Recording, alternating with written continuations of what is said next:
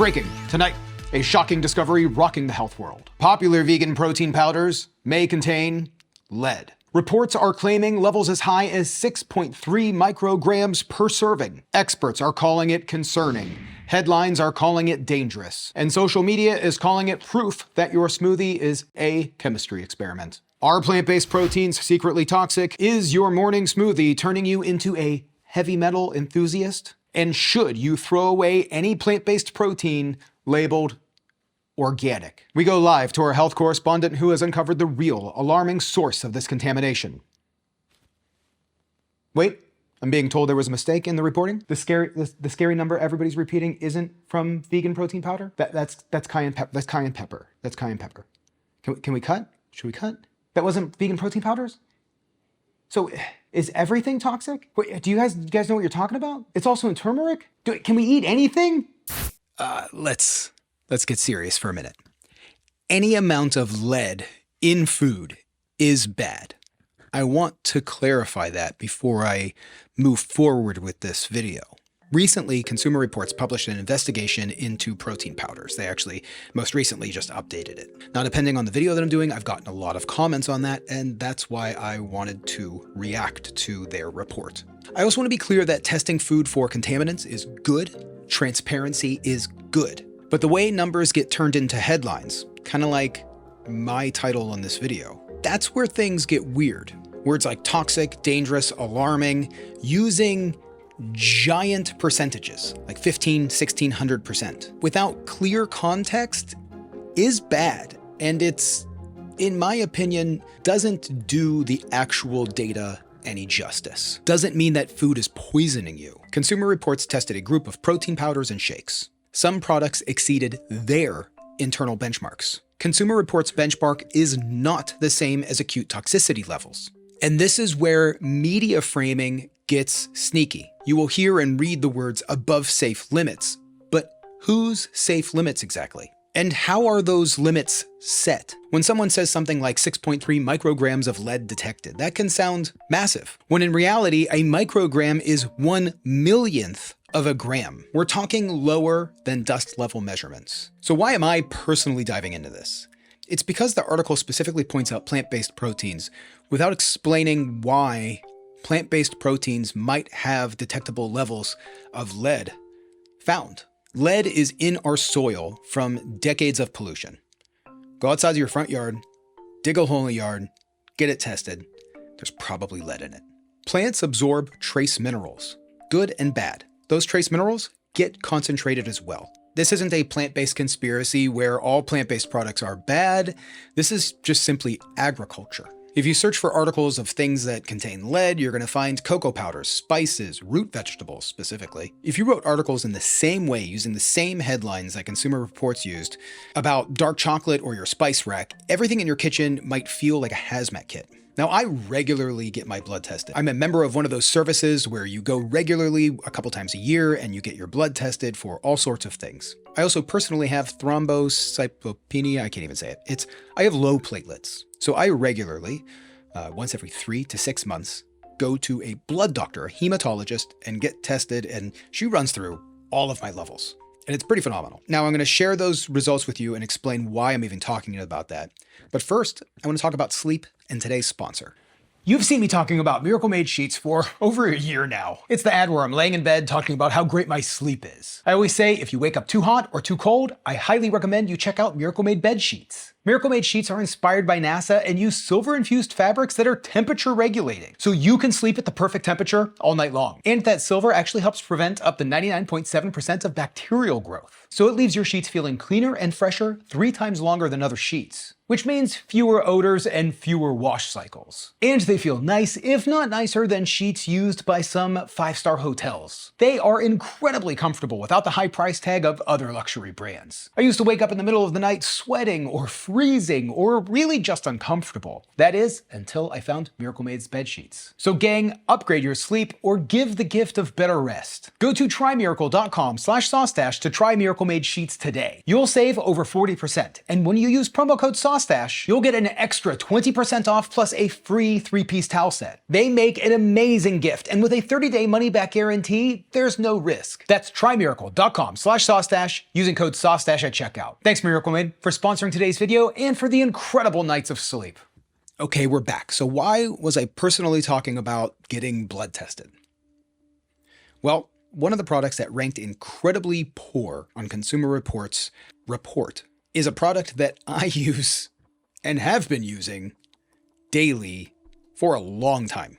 It's a regular part of my diet, especially since I've lost the weight and I've tried to keep weight management control and just cravings and things like that.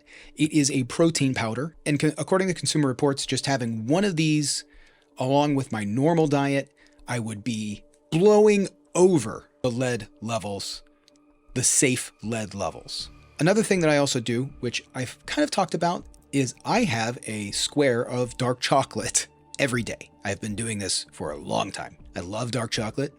It's one of my favorite things, and I know that it's good for you. The dark chocolate that I have is also something that Consumer Reports has listed as being incredibly dangerous. Now, this is something that I've been doing for years, and I know this is anecdotal. Before I get the comments, I know my experience doesn't equal everyone else's, but my lead levels are perfectly in range.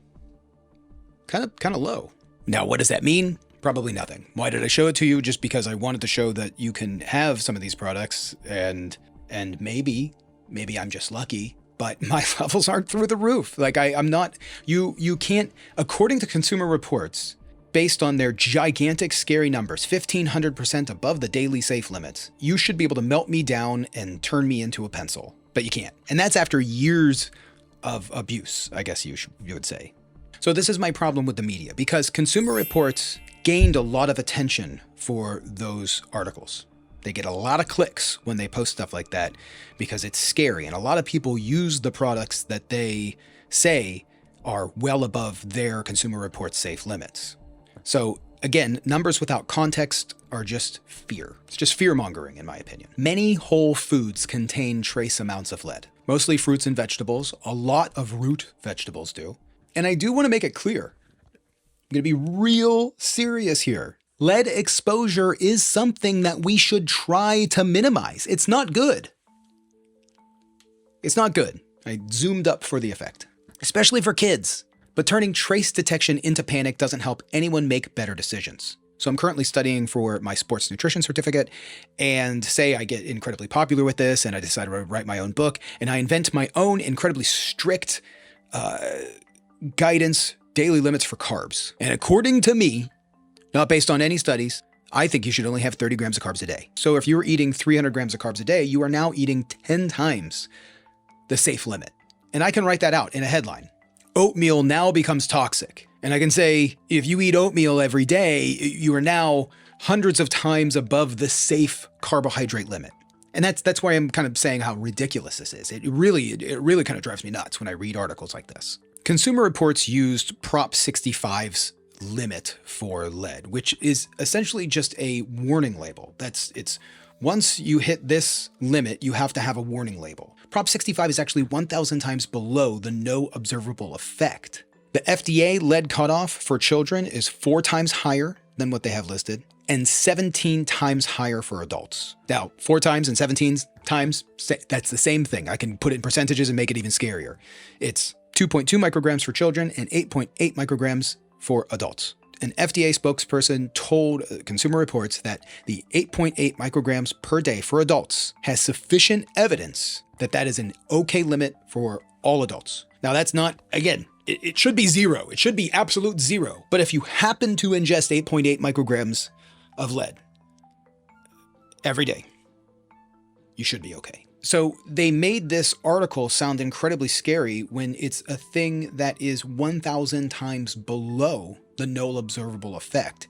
And that's what they consider their limit for toxicity. And I think this is where it kind of upsets me with Consumer Reports, because they could have just tested. They could have written the article in the very same way, but instead of showing the protein powder with these giant percentages and using their own made up thing, they could have just given us the actual numbers. You have to actually dig into the report to find a different link to go to get their test results. They hid the numbers. They only showed huge percentages with like a red warning arrow. But if they would have just written the article with the protein powder, the CDC's allowable limit, and then the protein powder's limit, along with maybe even adding their limit next to it, just to show the differences, like where it would have been, 8.8 for all of adults. This protein powder has 6.3. Our usable limit is 2, So of course, it's twice the Consumer Reports allowable limit, and it's under the CDC. And then people would have been able to use their own better judgment. They would have been able to decide on their own versus seeing 1,500, 1,600%. But it doesn't make it scary. And scary things generate clicks in the media. And scary things generate clicks and get their report shown around the world, all over news stations. It spreads.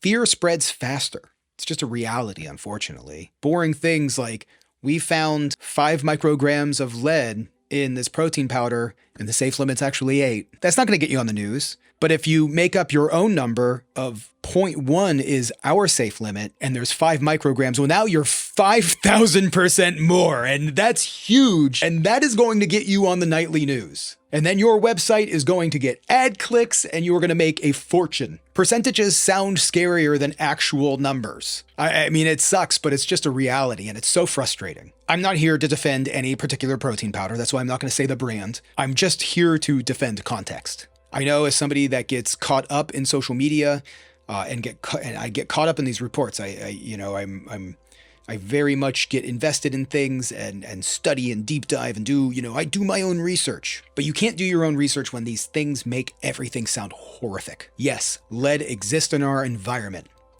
And the more we are finding this, the more we are finding ways to filter and remove and get to a point to where we can lower this number. That's the goal. Testing matters. Testing is good. I've actually considered doing some testing on the channel, going through and testing different cans of chickpeas and finding which product has the lowest glyphosates. But again, I'm not going to make up some number and say this can has a 5,000% more. I just want context to show people where things are at in reality. But when headlines turn tiny numbers into giant fears, God, that is so frustrating. We stop talking about real issues. We end up talking about diet and overall health, balance, and having informed choices. In my opinion, the real danger isn't a scoop of protein powder. It's a headline that makes you afraid of a food without helping you understand it.